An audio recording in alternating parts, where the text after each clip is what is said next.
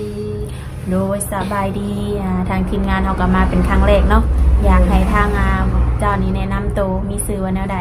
ชื่อหลาน้อย โอ้ย อายุ25 ปี โด อยู่ ย บ้านไซเพชร โดยสาวลาน้อย โดย อายุ25 ปีอยู่บ้านไซยเพชรเนาะ บอกบ้านข้างใน บอกบ้านข้างในทุกคนเลยตามมาได้เลย โดย โดยอายุ25 ปีเคยมีครอบครัวบ่ แม่เคยมี อืมมีลูกนำกันบ่ แม่มีลูกผู้หนึ่ง โดยปัจจุบันนี้ได้สะ แยกกันอยู่ ปัจจุบันนี้ถือว่าแยกกันอยู่เนาะ แม่ ได้ลูกในอยู่น้ำพายสะดุกนี่ ลูกเขาอยู่ลำเฮา อืมโดยได้จักปีแล้วลูกนี่ 2 ปีปลาย โอ้ ยังน้อยอยู่เนาะ แม่ โดยผู้หญิงผู้ชาย ผู้ชาย ผู้ชายเนาะ โดย เพิ่นก็ได้เข้าโรงเรียนแล้วบ่ ไปผ่าแล้วแต่เพิ่นบ่อยู่ เออ ติดแม่ ติดแม่ แม่บ่อยู่มา โดยคืออะไรยังน้อยอยู่เนาะ แม่ว่าพี่หน้าเสียไปฝาก ท่านเจ้านางเฝ้าคนนี้น่าจะอยู่บ่จักเด็กน้อยนะปกติเนี่ยคือแม่นางเฝ้าค ให้ น กี่ต้นให้ลูกหายแล้วแบบไปเอามาคืนนะให้ครูโทรบอกว่าหายบ่เซาก็เลยไปเอาแล้วพี่หน้าจึงมาผ่าเด้อว่าก็เลยว่าพี่หน้าจึงเอาไปผ่าเอา เพื่อนใหญ่ก่อนเนาะแม่น้อย โดยคือแบบว่าจังไดปัจจุบันนี่สถานะนี่โสดบ่ โดยโสด อืมคือออกมาเปิดใจในรอบนี้นี่จังไดพร้อมสร้างครอบครัวใหม่บ่หรือว่าหาคนโอคนลม ก็แบบอยากเบิ่งกันไปก่อนลมกันไปก่อนนะ อืม ค่อยๆเป็นค่อยไปนะยังบ่ยังบ่อยากสร้างนะ โดย โดย ต้องเบิ่งใจกันก่อนเนาะ แม่นเบิ่งใจกันไปก่อน อืม บ่อยากผิดพลาดที่ผ่านคือผ่านมา โดย คือแบบว่าในกรณีที่ว่าเบิ่งใจนี่ต้องแบบเบิ่งลนบ่ประมาณจักเดือนจักปี สิก็ค่อยไปค่อยลมกันไปนั่นแหละ เพื่อเฮาอันนั้นเนาะเพื่อเฮาเข้าคอกัน แม่นเพื่อเข้าใจกันบางอย่างนั่นน่ะ โดย ก็คือมื่อนี้ออกมาเปิดใจเนาะ โดย เป็นทางการเนาะต้องจำกัดอยู่ว่าต้องเป็นผู้บ่าวทางใดนี่ ใช้ก็ได้บ่จำกัด ได้เบิดเนาะ โดย คนเราอย่ามามืออื่นนี่ก็ได้เนาะคือว่า แม่น เรื่องอายุเพิ่นได้สะบัดนี่ จะจักปีอะบ่ แม่นอายุคนที่จะเข้ามาหลมเจ้านะ 30ขึ้นไปก็ได้ 30ขึ้นไป ประมาณ30ขึ้นไป แม่ 70 โดยแล้วก็ได้ เคยโอลมอยู่ว่าผู้บ่าวรุ่นใหญ่นี่บ่เคยลมเนาะและคิดว่าถ้าว่ามีคนเข้ามาอายุ50-60แบบนี้หันนะเจ้าก็สิลมได้อยู่บ่ โอ้ยที่ได้อีกเนาะ ได้อยู่เนาะอืม ก็เคยแบบเซตลมแบบเป็นอันนั้นบ่เคยมีแต่แบบแบบไปใครหลอกไปใครเลขเลยเสร็จแบบเขาซื้อเลขนำเขาก็ยอมดูแบบนี้ อื นะ ม เคยเยอะ แม่เคยหยอกเคยเว้าอยู่แกข่าวได้อยู่เคยเห็นเคยลง แสดงว่าแม่ค้าไทยเลขนี่แม่นบ่ แม่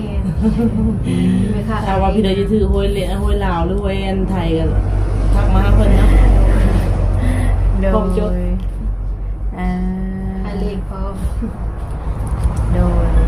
ก็คือแบบว่าอายุนี่50-60ก็โอลมได้อยู่เนาะ โดย คือแบบว่าทางสาวละน้อยก็เป็นผู้จบผู้งามเนาะแบบคนที่สิเข้ามาหานี่ต้องจำกัดหน้าตาเพิ่นบ่ บ่จำกัดกันได้แบบ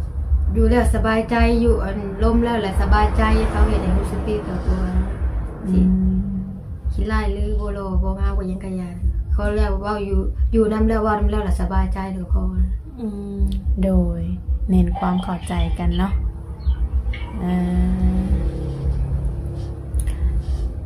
ก็แบบบัดนี้นะมักคนสูงคนต่ำบัดนี้นะ แบบเก่งๆก็ให้สู้กว่าเฮาก็ได้ สูงกว่าเจ้าเนาะ แม่ คือเจ้าในแมทเท่าไหร่นี่ ประมาณเม็ดอัน60บ่ฮอด5เม็ดร้อยอัน 52ได้บ่ ประมาณ53 55กว่าเลยค่ะประมาณ55นี่ ประมาณ155เนาะ แม่ แต่ว่าคนที่สิเข้ามานี่ให้สูงกว่า แม่ เอาเป็น 75แล้วเนาะแม่น75บ่ได้แล้ว แม่70 60ก็ได้สูงกว่าเฮาซะแบบเพิ่น โดย สูงกว่าเฮาพอดี อืมคือ คือแบบว่าเจ้าต้องแบบจำกัดแบบหน้าที่การงานเพิ่นอยู่บ่ โบ ก็คือได้เบิดบ่แบบฐานะอีกอย่างของเพิ่นนี่เจ้าต้องระบุบ่ว่าต้องเอาคนหล่อคนรวยเท่านั้น โบจำกัดก็ได้แบบเบิ่งความแบบเบิ่งลูกเบิ่งเฮาได้สามารถเบิ่งเฮากับเบิ่งลูกได้นะเพราะว่าเฮาบ่แม่นแบบสิเศร้าโสดแบบนะแบบมีลูกน้ำโสดอยู่แต่แบบมีลูกนะ โดย ลูกมีลูกติดมานำนะสามารถแบบเบิ่งแย่งเฮากับลูกได้แบบเนี้ยนะ อืม ต้องดูแลเนาะ แม่น โด เพ ย ราะว่าเฮาก็เป็นสาวโสดอยู่แต่โสดลูกติด โดย น้ำผู้หนึงก็รับกินจ้ะความดื้อ เนาะเดี๋ยวคนใหญ่ แต่ว่าคนที่สิเข้ามานี่ต้องหับให้ได้เนาะหนึ่งมาคันว่าหักเจ้าก็ต้องหักลูกเจ้านํเนาะ แม่น ๆดู หักเฮาก็ต้องหักลูกนำ โดยแบบคือแบบเพิ่นเป็นพ่อห้างพ่อหมายแบบนี้ก็ได้บ่ โดยได้ ได้คือการเนาะ แม่ อืมแบบเพิ่นมีลูกสองลูกสามแบบนี้เจ้าก็โอเคป่ะ โอเคลูกคิดเขาก็ยังมีลูกขนาดสิเป็นยัง เป็นไง ถือว่าเรื่องแบบนี้นะคือแบบบติเนาะ แม่ บางทีก็ใส่แหนนเขาเนาะ แม่ เราก็ต้อง โดย ศึกษากันก่อน เดี๋ยวคือทางสาวนาน้อยนี่นะมักผู้ชายแบบไหนซะ ก็คนแบบกับคนสูงขาวหลักแบบสูงกว่าเฮาอะนะ โดย ขาวก็ได้ เป็นคนขาวเนาะแล้วก็สูงกว่า แม่ เออ ไอ้สเปก อันนี้คือสเปคเนาะโดย แต่ว่าท่านแบบได้กันได้กันแบบคนมีคนเซตมายังลมก็ได้แอนลมกันไปเบิ่งใจกันไปตัวนี้ ลองเบิ่งเนาะ แม่ บางทีอาจจะบ่ขาวแต่แบบเพิ่นใจดีก็มีเนาะ แม่ เออ คือแบบอันนี้กะบ่แพงเฮากับแพงลูกเฮาซะแบบนี้นะแบบ โด โอย เคแล้วกันแพงลูกเขานะเพราะว่าอันนี้ก็ไซโทนเฮาดิ ไปสแกนไปรถเมล์พิตามือนี่แหละบริมาเนาะ โดย เศร้าไปถามเอาให้ ก็ถือว่า จะผ่านไปเท่าบ่ แม่นเราบริไปการเลย อืม แต่ก็ไปถามเอาให้อยู่รวมกัน2 คนกับลูก โดย แล้วคนที่ซื้อข่าวมาเนี่ยคันว่าเพิ่นกินเหล้ากินเบียร์สูบยาได้จะโอเคอยู่บ่ ก็เรื่องกินเหล้ากินเบียร์ก็โอเคอยู่ก็บ่อยากให้ไปดูหลายนะแบบอาทิศนึงเทื่อนึงบ่แบบ3แสนกับหมู่อะนะกับคู่มือหลายก็บ่ปันใดกับหนึ่งมาบ่มักสูบบ่อยากให้มักสูบยาเลย ปัญหาที่เดียวเขาบอกคนสูบยา อืม เราเบียร์กินรถเพราะว่าเขาก็มากินหลังเบียร์คือกัน จะกินเป็นยามติ แม่กินเป็นยากินเป็นบุญเป็นซินแบบโมคูมะลินน้ำเนี่ยได้อยู่ อืม กินได้เราเบียร์บ่ห้าม โดย แต่ปัญหาแบบบ่มักก็คือสูบยา อืม คือเขาบ่มักกัน บ่มักผู้ชายสูบยาเนาะ แม่ เดาเบียร์กินได้ทุกคนเลย หรือว่าถ้าเกิดว่าในกรณีที่ว่าเพิ่นเลิกบ่ได้นี่ แต่ว่าเพิ่นมักหักแล้วก็นิสัยดีใจดีแบบนี้ได้ซะ แอนลงกันเบิ่งกับไปยังไงเฮาอยู่ในแล้วก็อยู่นอกสูบแล้วก็จังมากก็ได้บ่เป็นไรถ้าบัดเราเลิกอย่าสูบบ่ได้นะ ต้องลงไปอยู่เนาะ ต้องอยู่คนละทางก่อน แม่ เนาะ เขาก็ออกไปสูบอยู่นอกแล้วเขาก็อยู่ในแบบนี้นะหรือว่าเจ้าสูบอยู่นั่นก็ต้องอยู่นี่ก็ต้องไปแบบนี้นะหมักคนตั้งบ่ได้อีหลีเฮาค่ะเจ็บหัวลงแม่ตั้งบ่มักสูบรุ่นแล้วกันแต่พอดนี่จะคอยยังบ่สูบที่ว่าเขาเคยฮิตกันอย่างนั้นพอบ่กินพอดบ่สูบเรียกกิน เออ บ่ได้กินพอบ่กิน มันก็ขึ้นอยู่กับคนบางคนเนาะบางคนก็แพ้บางคนก็แบบ กินแล้วสัญญานอนหลับเลยต้องหาแบบวางยาวางอย่างนั้นกินจอกเลยคือว่าฮู้เรื่องนอนบ่แปะเลย โดยก็คือมื้อนี้นี่ออกมาเปิดใจเป็นครั้งแรกบ่นี่ แม่น อืมคือแบบว่าออกมาเปิดใจในรอบนี้เนาะถามมาพร้อมสั่งครอบครัวบอนี่ยังเนาะ แม่น มีแต่ว่าอบรมกันไปก่อน ถ้าถืออกถือใจก็ว่ากันทีหลังเนาะ แม่ โด เปิ ย ดเป็นคนไป ในกรณีที่ว่าทั้งเพิ่นอยากมาเยี่ยมมายามในซะได้บ่นี่ ได้มาลาวได้นะ ได้ มาเยี่ยมมายามได้เนาะ โดยได้ ก็คือไปเฮินเจ้าเองหรือว่าหรือว่า อยู่บน มาเฮือนก็ได้แต่ตอนนี้บ่ได้อยู่เฮือน จะไม่ได้อยู่เฮินตอนนี้ ปัจจุบันนี้อยู่ในเด้อซะ เศร้าของอยู่กับโลก เช่าห้องอยู่กับลูก2 คน เศร้าห้องอยู่กับลูกชาย แม่ อันถ้าก็ออกมาหวังต้นเดือนนี่แหละพี่กับพ่อแต่ก็เลยออกมาอยู่กับอันนั้นกับลูก2 คนเสาห้องอยู่ โดยเสาห้องอยู่ อยู่กับลูกน้อยๆ2 คนเช่าห้องอยู่ เดือนเท่าไรค่าเสานี่ เดือนคันรวมค่าน้ำค่าไฟแล้วบ่ได้เดือนหนึงอัน800,000 900,000 ค่าไฟต่างหากบ่ แม่นค่าไฟต่างหากค่าน้ำต่างหาก อืม ค่าห้องอันเดือน700,000 อืม ก็บ่ได้สูงเลยยังบ่ได้มีมันบ่มีแอร์บ่ได้ยังบ่ติดยังเด้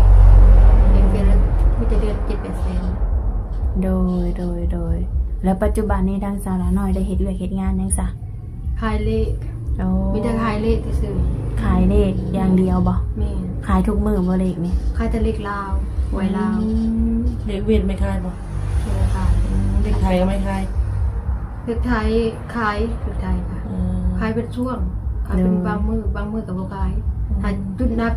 ก็คือเลขลาวขายทุกงวดทันเลขลาวป้าบ่ได้ เป็นอะไรเปอร์เซ็นต์นี่ดีอยู่บ่ พอได้อยู่ พอได้อยู่เนาะ โดย อืมก็แสดงว่าแบบใส่จ่ายทุกมื้อนี่มาจากเงินขายเลขแม่นบ่ แม่ขายเลขนำหับเลขรายเลขให้เขาแบบนี้นะเขารายเลขนะ แปลว่าเขาคายแล้วส่งมาทางเจ้าไร แม่นเขารายไปกินเงินเดือนนี่สิล่ะแต่เจ้าของกับหมู่กันว่างแล้วก็ไปหลอกขายเลขนำแบบนี้ อืม ทั้งขายเลขทั้งหับแบบบ่แม่นว่าหับดอกแบบรายหัวเลขให้เขานะรายเป็น แบบว่าเขายังคายจดเชื่อแบบเข้าโคบ่ แม่น ยังมีอยู่บ่แบบนั้นน่ะ มีบ่เฮาบ่ได้เข้าครัวมีแต่ว่าเขาครัวแล้วแหละเฮาไล่เงินให้เขานวลเงินน่ะนะรวมเงินให้เขาว่าสิซะรวมยอด เดี๋ยวเขาเอามาเป็นโฮแล้วเนาะเขาก็ต้องมาไล่ มาไล่เขาแบบผู้ดีเท่าใดผู้ดีเท่าใดรวมยอดให้เขา โดย เงินเดือนโทรศัพท์อันนี้ เขาให้อัน3 ล้าน อืม เดือนละ3 ล้าน เดือนละ3 ล้านเนาะเอา พอได้กิน พอได้ บ่ ใช้ ได้ซื้อ ได้ นม จ่าย แม่น เดี๋ยวลูกยังกินนมอยู่บ่ กินเพิ่นกินนมกล่องแล้ว โดย เราใช้แบบเอาเงินเปอร์เซ็นต์แล้วก็ไล่โฮเลกเนาะเราได้กลุ่มลูก แม่น ค่าขนม ค่านม โดยสมมติว่าแบบทาง FC เพิ่นเห็นคลิปนี้เนาะสนมุกสนใจหรือว่าอยากชวนสาวละน้อยนี่ไปดินไปเที่ยวบ้านเพิ่นแบบนี้หั้นนะเจ้าไปได้บ่นี่ ได้ แต่ว่ายังบ่มีบัตรยังบ่ได้เคยเฮ็ดบัตรบ่เคยไปจักเทื่อเคยไปมีแต่ทำหมุกเฮ็ดบัตรขาวไป อยู่แต่บริเวณเขตนี้เนาะ แม่น โอ้โดย แต่ว่ายังบ่เคยไปไทยจักเทื่อเนาะ แม่น ไปเฮ็ดเวียกเฮ็ดงานนี่ บ่เคย อืม ไปแต่ไปอันแบบไปเลิดามมืออะนะเฮ็ดบัตรขาวไปเลยขาวไปทำหมุกดาหารยังเคยไปอยู่ อืม ไปการนอนคืนไม่ได้แล้วเนาะ แม่นคาตัวนะโอ้กลางคืนท่านไปนอนนำแล้วอะโซติดเมย์เนี่ยต้องเว้นเลยแบบพูดแบบนี้แหละป้าได้ไปทานเราผลิตนะดินนั่นดินนี่เลยได้อยู่ อืมโดย ก็คือเลยต้องนอนน้ำเมย์ โดย ไปถามกับนอนบ่ได้อีก คอยและน้องแม่เดียอยู่น้ำกันมาแต่น้อยตัวใหญ่เนาะ แม่น อืม มีแต่เอาได้ลูกคนนี้นะ อืม เอาคนเดียวเลย โด พ่อย แม่ก็เอาซอยอยู่ยามแบบเอาไปขายเลขเพิ่นเอาน้ำแต่ตอนขายเลขแบบเนี้ยนะ อืม ขายเลขแล้วเขาก็มาก็เอาเป็นข้าวของนอนยังนำกัน โดยแสดงว่าข้าวหน้านี่ได้ซื้อเบิดบ่นี่ แม่น ข้าวเช้าข้าวซื้อเนาะ แม่น ปลุกเช็ค ช่วงนี้บางทีใจดีเลยกะบางทีได้กลับไปอยู่บ้านกันนี่ คือแบบผิดกันก็พอบ่ แม่นไปกับกระโปรง โดยก็มีแต่ว่าให้เข้าใจกันไว้เนาะ โดย สิได้เข้าไปอยู่เฮือนอยู่ซานเฮาเนาะ โดยแห้งเลยเนาะ โด ทุ ย กอย่างเลย มีพี่น้องอยู่ไหมคะเจ้านี่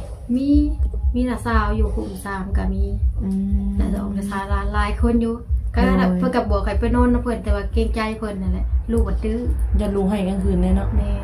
ถ้าเพิ่นสิบ่เอปานใดเราก็เกรงใจเพิ่นนั่นแหละบัดมื้อสิว่าจักสิอยู่จักยามใดสิได้ออกอะนะถ้าสิเสาโรงเรียนคืนละ100,000-200,000พุ่นจักสิได้เมื่อยามใดนะ อันนี้เช้าเป็นเดินแค่นี้เนาะเช้าโฮเทลเอา บ่อยู่ซุมื้อเฮาบ่อยู่ฮอดเดือนเฮาก็ออกก็ได้ อืม โดยก็ถือว่ารวมๆแล้วก็เป็นแม่เลี้ยงเดียวเนาะ โดย ปัจจุบันนี้ก็หาเงินเลี้ยงลูกอยู่เนาะถ้าเกิดว่าคนที่สิเข้ามานี่ก็ต้องรับให้ได้เนาะ โดย คือทางสาวน้อยกันมีลูกทุกคนได้กำลังกินเก่งเนาะส่วงวัยกำลัง2 ปีแม่นบ่ แม่ อืม 2 ปีปลาย โดยคือคันว่าผู้บ่าวสนใจก็มีทางติดต่อให้เพิ่นอยู่บ่ มี มีหยังแหน่ ทางไลน์กับกดแอปก็ได้ สองอย่างนี้เนาะ โดยทางเบอร์โทร โดยคือแบบเจ้าสะดวกแจกแบบใดแจกในซ่องหรือว่าแจกหลังไม้นี่ แจกหลังไม้ก็ได้ หลังไม้เนาะ โดย เพื่อว่าทางเฮาก็สิได้เบิ่งให้อีกเทื่อนึงเนาะ แม่ ว่าเพิ่นเป็นคนแบบใดมีนิสัยใจคอแบบใดเนาะ โดย พอคบหาได้บ่คือแบบว่าคือเจ้าก็ยังบ่ทันระบุว่าต้องคุยเท่านั้นเดือนเท่านี้ปีเนาะ แม่ มีแต่ว่าโอลมกันไป ถ้าเกิดว่าถูกใจก็บ่นี่ว่าบ่ได้เนาะ โดย คือใจกันลงกันสองคนเนาะ อาจจะตกลงปรงใจก็มีเนาะ โดย โดยแล้วคือมื้อนี้บ่ได้ไปทางไหนบ่มื้อนี้นะ บ่วันนี้วันเสาร์เด้ฝากลูกแล้วไม่เท่า โดย แล้วก็ หรือว่าพักผ่อนเนี่ยเนาะมาโอ กับ มา เมื่อ ล ก็ ม สิไปหาว่าเพิ่นคือเก่า อืม กับเมื่ออยู่ห้องคือเก่า ถ้าไม่มีเพิ่นอีกก็คือสิเหงาเนาะ แม่นกินฮอดได้ แต่มานี่ก็ยังกินฮอดแบบเคยติดกันเด้บ่คิดบ่ติดแต่ว่าเขาคิดว่าเขาต้องกินฮอดเฮายังกินฮอดแบ อื บ ม เคยเห็นนี่คิดดื้อได้มันก็แต่ว่าบ่เอิ้นได้แม่เอิ้นล้า เพิ่นบ่เอิ้นแม่บ่ เอิ้นล้าเอิ้นเพราะเราได้ยินหลายคนเอิ้นยังล้าแล้วกันแบบล้านำหั่นน่ะ บางเดือก็แม่ล้าเอิ้นแบบนี้คันเพิ่นอันนั้น โดยถือว่ามื้อนี้ก็มาเจอกันอยู่ห้านตัดผมเนาะห้านเสริมสวยแล้วโดยก็มีแต่ว่าทางเฮาก็มีแต่ว่าสิเอาทางติดต่อเนาะเมื่อให้หนุ่มๆหั่นแหละคนที่ว่าสนอกสนใจอยากอยากลมนํสาระน้อยเนาะลองมาเบิ่งมาทำความรู้จักกันเบิ่งเนาะมีหยังสิฝากถึงคนที่สิเข้ามาหาอยู่บ่นี่ ผู้ฝ่ายก็แต่คันหักเฮาก็หักลูกเฮานำนั่นแหละเน้นนักก็ให้หักลูกหลายๆหักลูกเฮาหลายนั่นแหละเพราะว่าอยู่ซองให้ลูกเก่งๆก็บ่หักบ่แพงเฮาก็แพงลูกเฮาซะ กันเป็นไม่ได้กันแพงทั้งสองกันเลยเนาะ แพงทั้งสองก็ยังดีกินต้นเฮาก็กินต้นลูก อืม